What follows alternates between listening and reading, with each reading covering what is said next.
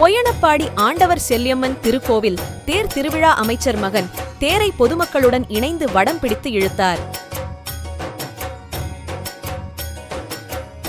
கடலூர் மாவட்டம் வேப்பூர் அருகே பொய்யனப்பாடி ஆண்டவர் செல்லியம்மன் திருக்கோவிலில் வைகாசி மாதம் 14ஆம் தேதி காப்பு கட்டி தினந்தோறும் சாமி வீதி உலா வந்தது. இன்று 3 மணி அளவில் திருத்தேர் வீதி உலா பொதுமக்கள் முன்னிலையில் தொழிலாளர் நலன் மற்றும் திறன் மேம்பாட்டுத் துறை அமைச்சர் சி.வே. கணேசன் அவர்களின் மகன் திராவிட முன்னேற்றக் கழக கடலூர் மாவட்ட விளையாட்டு மேம்பாட்டு அணி அமைப்பாளர் சி.வே.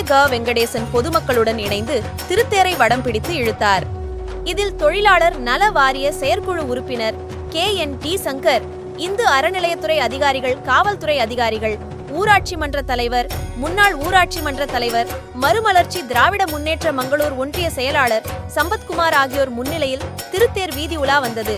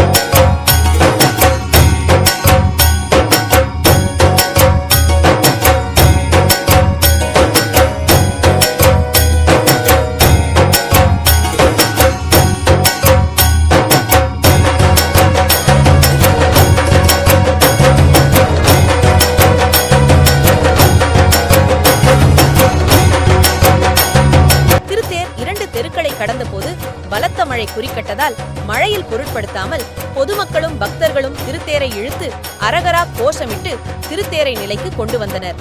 தேரை நிறுத்தியவுடன் பொதுமக்கள் ஆரவாரம் செய்து மகிழ்ச்சி அடைந்தனர்.